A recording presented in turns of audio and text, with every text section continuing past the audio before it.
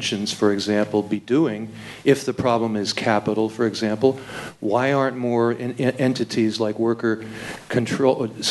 putatively worker-controlled pensions investing the capital they have some control over in supporting these kinds of worker-controlled alternatives? Well, first of all, pensions are not in the hands of working people. The unions are not popular democracies. Pensions are in the hands of bureaucrats and money managers, and they're not about to hand over power to popular organizations. Actually, to an extent, it's not entirely true. There are some interesting initiatives. I don't know if they're going to get anywhere, but they're interesting. United Steelworkers, which is one of the more progressive unions, has recently made some tentative arrangements with Mondragon in the Basque Country, this huge and worker-owned industrial banking, housing, school, educational cooperative that could get somewhere. And I mentioned Garal Perovitz's work. He's discussed very well it participates in the spread of worker-owned enterprises in mostly northern Ohio, the old Rust Belt. They have a kind of an interesting history, which relates very much to this. Back in 1977, at the beginning of the concerted effort to destroy industrial production in the United States and sort of beginning of the kind of neoliberal assault on the population we've been through in the past generation, U.S. Steel decided to close its main steel plants in Youngstown, Ohio. It was a steel town, like other working-class towns like Detroit. It had actually been built by the working classes. It was their town. They didn't get the profit because they're tools, but they built it. They wanted to keep it. U.S. Steel wanted to sell it, to close it down, and the union offered to buy it. They had community support. They even had some support of, I think it was a Republican governor. Just let the workers buy the plant and keep running it. Well, U.S. Steel didn't want that. In fact, this is pretty consistent. I mentioned Dave Ellerman before. He's one who's written about it and worked on it. Very commonly around here, too, eastern Massachusetts, when workers decide to try to take over an enterprise which may be perfectly profitable, but not profitable enough for the multinational who runs it. Maybe they don't want to keep it in their books. When they try to buy it, which would be a good deal for the multinational, they refuse to sell it for class reasons. They have class interests. They do not want to see the spread of popular democratic organizations for perfectly obvious reasons. This just happened in, I'll come back to Youngstown in a minute, but it just happened a couple of years ago right here in Taunton. There was a small but quite successful manufacturing plant which made specialized parts for aircraft, doing pretty well, but the multinational didn't want to bother with it, so they were going to close it down. The union, UE in this case, tried to buy it. The multinationals usually refused to sell it, and there wasn't enough support, popular support, to push it through. If there had been an Occupy movement at that time, I think that's something they might have pushed through. Actually, on a much larger scale, a couple of years ago, Obama virtually nationalized the auto industry. Not entirely, but virtually. There were a couple of options. One option was to restructure it, use taxpayer funding, hand it back to the original owners, or other people just like them, maybe a different face, but bankers, CEOs, and so on, and then have it continue to do what it had been doing before, building cars. That's what they chose. There was another option. Hand it over to the workforce, have them build what's needed in the country, which is not more cars for traffic jams, but high-speed mass transportation. The United States is very backward in the world in this respect. I mean, you can take a high-speed train from Beijing to Kazakhstan, but try to take a train from Boston to New York. It's about as slow as it was 60 years ago. The United States is really backward. The country needs it. And the former auto industry could have been handed over to the workforce and maybe given some support, probably less than the auto industry got, to do this. But that wasn't an option. Suppose there had been a large-scale Occupy movement, significant. It was significant, but broader, expanded. Well, I think that could have been pushed through. It takes popular consciousness. Going back to Youngstown, the case went to court in 1977. The union lost, the workers lost, and the steel mills were destroyed. But they didn't give up. They didn't just say, okay, we'll starve to death or go somewhere else. They began to organize small worker-owned enterprises. And they've been spreading around the Cleveland area, good Youngstown, good bit of northern Ohio, into other areas. So it is taking place. But it's happening elsewhere too. In northern Mexico, there are quite successful worker-owned plants. It's not easy because the banks don't like to give them capital, and the government doesn't like them and won't support them, again, for class reasons. But if there's sufficient popular support, these things can develop. And it's not easy. It's hard work, and the people who organize usually suffer for it. But that's typical of almost everything. The civil rights movement, practically any movement that has ever gotten anywhere, the people up front usually take it in the chin. It's hard. And people have to be willing to endure and for a longer term gain, and that's not easy. But it can happen, and it does.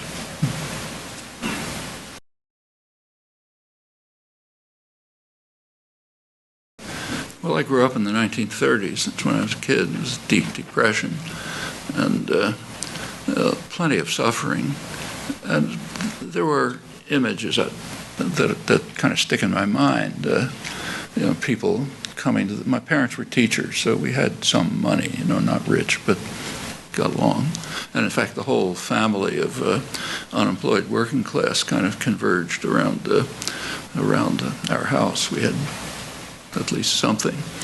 But there were images of people coming to the door, trying to sell rags to try to get a piece of bread to survive. I remember riding with my mother on trolley cars, going past textile plants, this is Philadelphia, and watching women on strike being brutally beaten by security forces. My own extended family was mostly unemployed working class, and as I mentioned, very high culture. As the New Deal sort of began to have an impact, they were able to enjoy Shakespeare plays in the park, go to the Budapest String Quartet. My unemployed seamstress aunts who were members of the ILGWU, Ladies Garment Workers Union, could get a couple of weeks in the countryside at a solidarity camp. That was life. A lot of it was Communist Party. We're not allowed to say anything nice about the Communist Party. That's a rule. And there were a lot of things wrong with it, and I've mentioned some of them. But there were things that were right about it. Like one was that it overcame the amnesia that Nathan talked about. It was always there. People remembered. Somebody remembered how to turn the mimeograph machine or organize a demonstration. And you went from a civil rights demonstration to a labor organizing to something else. They had crazy international ideas, but that was kind of in the back of their minds. It wasn't what was really going on. The destruction of the Communist Party was quite important. Killed off the radical continuing element that kept a lot of the left traditions going. The reasons. It was in the Cold War framework. That was all there. As far as the anarchists were concerned, the place I learned about that was by reading. When I was a kid, I'd go to visit my relatives, and as soon as I got old enough to get on the train, about 11 or 12 years old, I'd take the train to New York and stay with my relatives, but spend most of my time down on, if those of you know New York, Union Square used to be the place where the anarchist offices were, the Freie Arbeiterstimme, others, and there were lots of pamphlets, lots of interesting people, quite eager to talk to a young kid, so not hard to have discussions. And down below Union Square on 4th Avenue, not today, but then there were rows of small bookstores, a lot of them run by European emigres, many of them Spanish refugees, Spanish anarchist refugees, who were also quite eager to talk and had lots of pamphlets and real original documentary material. Actually, when I wrote about this 20 years later, I used mostly documentary material I had picked up as a young teenager. It wasn't available. A lot of it's available now. It wasn't then. And that was a pretty inspiring picture, I felt. The Spanish Revolution, at least I felt and feel, was a really inspiring moment, which I think is why it elicited such a vicious response from every corner of power. That's quite important to remember. Communists, fascists, liberal democracies, all combined on crushing this. This was something they couldn't tolerate. Then they could have a fight later about who picks up the spoils. Actually, there were anarchist proposals that I felt were not unreasonable. They're disparaged, of course, in the West, but for how to win the Civil War was anarchist thinkers like Camillo Berneri, who was murdered by the communists in May 1937, one of the leading anarchist thinkers. He proposed that, he pointed out, I think, as it turned out quite correctly, that they'd never win a conventional war. For one reason, because the commitment to the war on the part of the population had seriously declined after the revolution was crushed. They had lost what they had fought for, and they didn't care very much who was going to pick up the spoils. He pointed out, and of course, the fascists were being directly supported by Hitler and Mussolini, and the West was not opposed to that. It's hard, you may forget now, but fascism had a pretty good image in the West in the late 30s. Mussolini was that admirable Italian gentleman, as Roosevelt called him.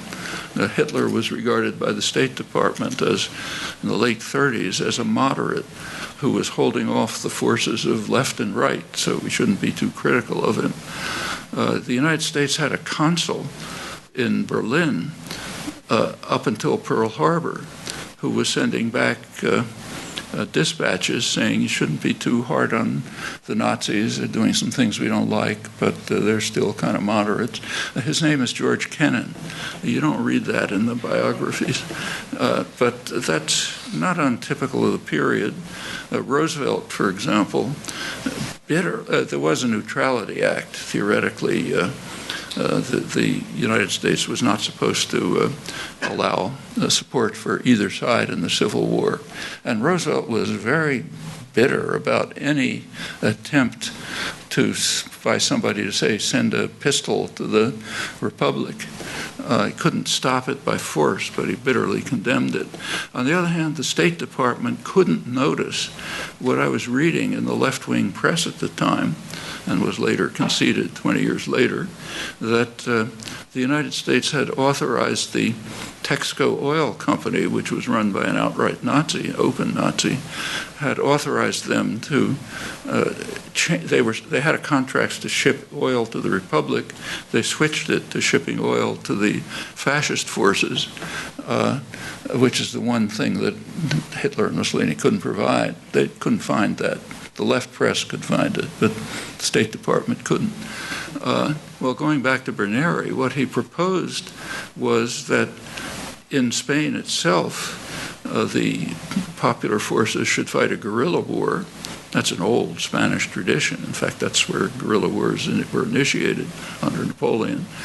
Fight a guerrilla war in Spain itself, and in Morocco, call for support the Moroccan liberation forces that were trying to free themselves from French and British imperial and Spanish imperial control.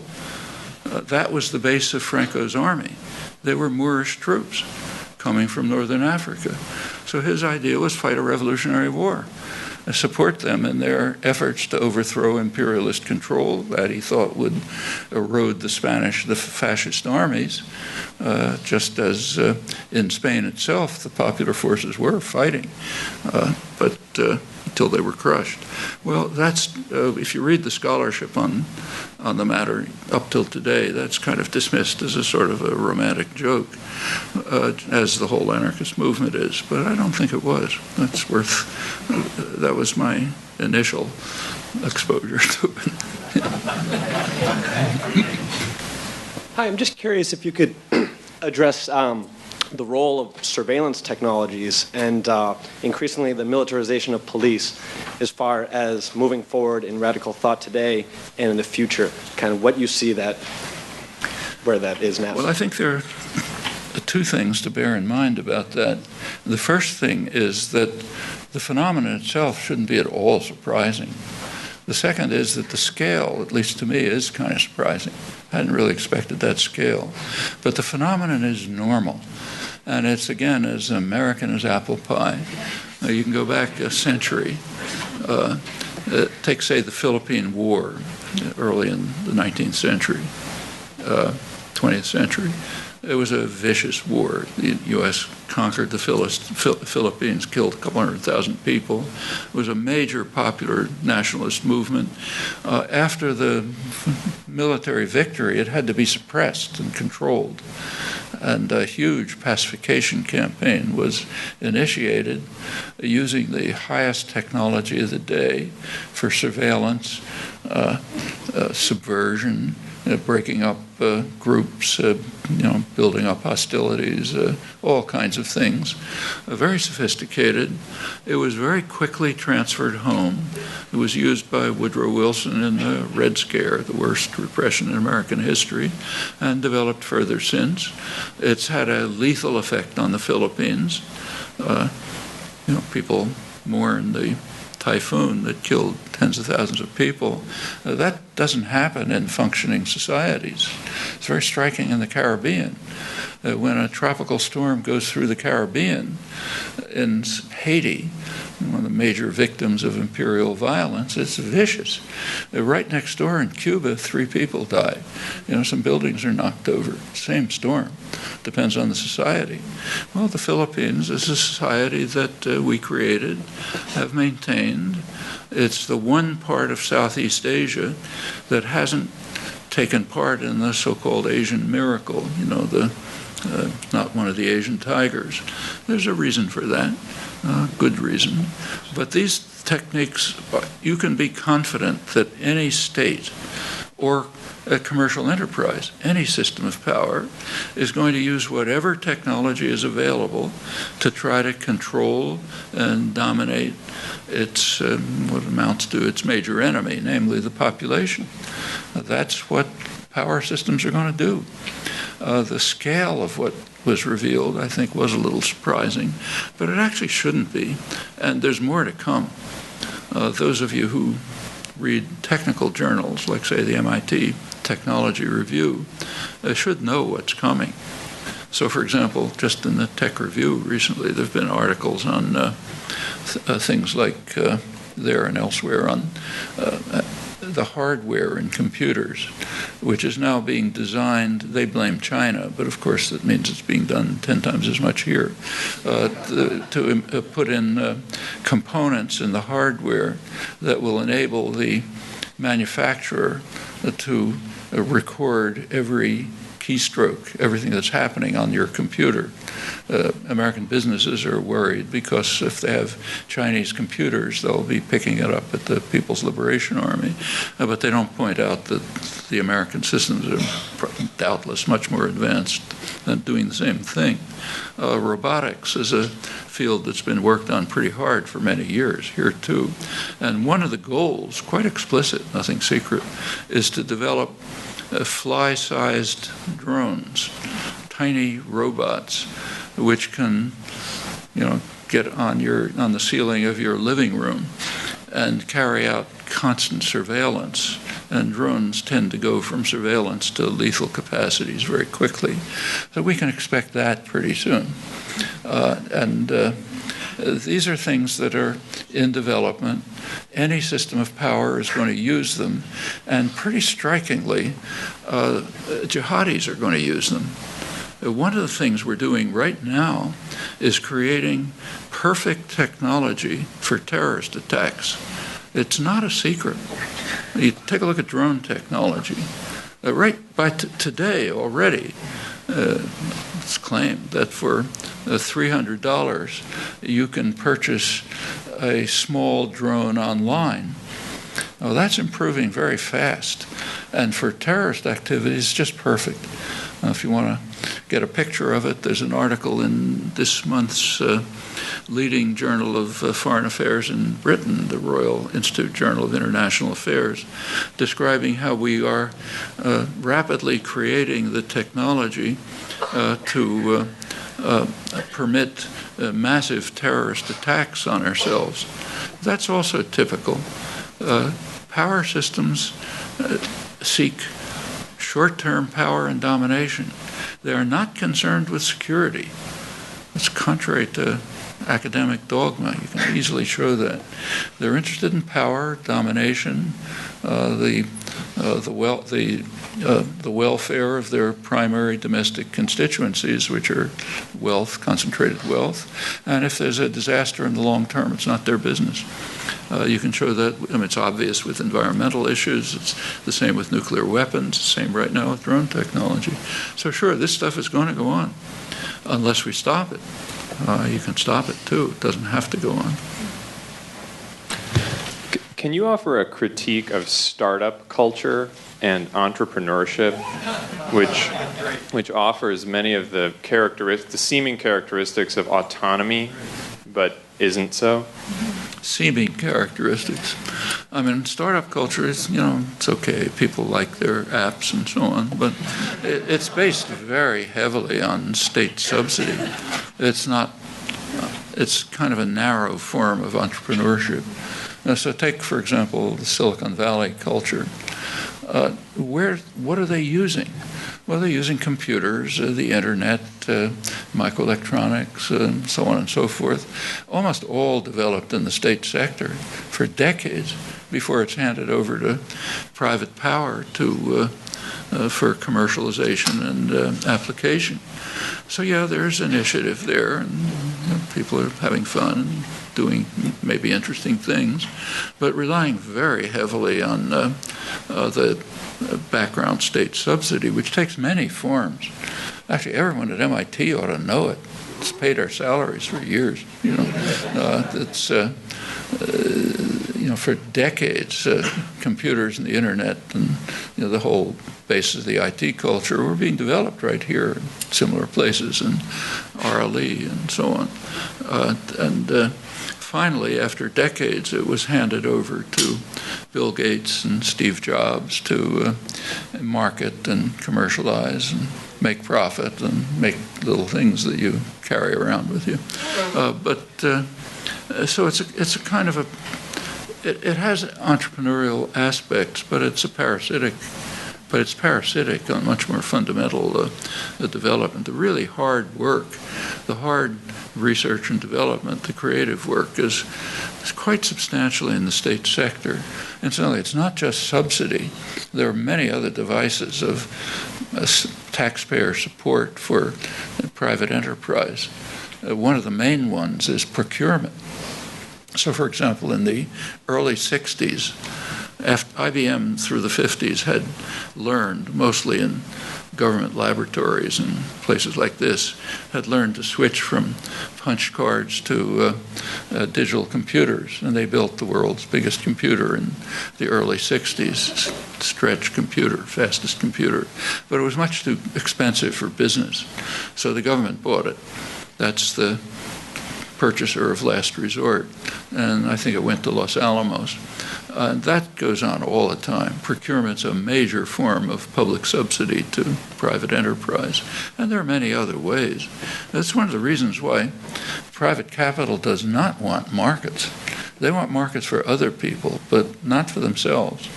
For themselves, they want a nanny state, powerful nanny state that will support them. What the significance of the entrepreneurial culture is, you can judge. I'm not overwhelmed by the fact that there's thousands of new apps coming every day. I think there are more important things. Yeah. Maybe last question.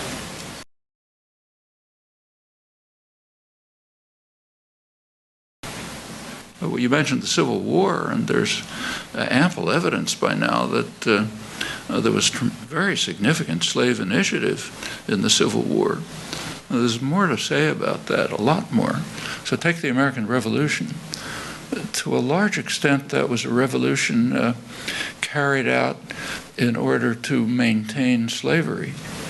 You look back at the history in around 1770, in Britain, the legal system was beginning to undertake strong condemnations of slavery. There was one famous case, Somerset case in 1772, where slave owners from the United States brought their slaves with them to England. One of them escaped. There was an effort to, his owner wanted him back, it's my property, and it went to court and went to Lord Mansfield, famous jurist, who ruled that slavery is so odious, that was the term that he used, that it cannot be tolerated on English soil. Crucially, it could be tolerated in the colonies, but that's another story, but not on English soil. And the United States was, the founders of the country were almost all slave owners, and they could see the handwriting on the wall. If the colonies remained under British rule, probably these laws would apply here and they'd lose their property. That was surely a significant element in the revolution, and it runs right to the present. I mean, right to this moment, the Civil War is still being fought. Simply take a look at the electoral maps, say the map of the election in 2012, red states and blue states. It's almost identical to the Civil War. It's the Confederacy, which now call themselves Republicans, have shifted names, and the rest, which was the North. A large part of the motivation behind the effort to shut down the government is just revenge. We want to shut down Washington and win this war finally. The United States never developed class parties like labor parties. They didn't amount to much, but at least they were something. But the U.S. never had them. It's always had sectional parties. And it's a reflection of the Civil War, which has never ended. It also hasn't ended in the prisons and elsewhere. It's a very deeply rooted thing in the society and hard to extirpate.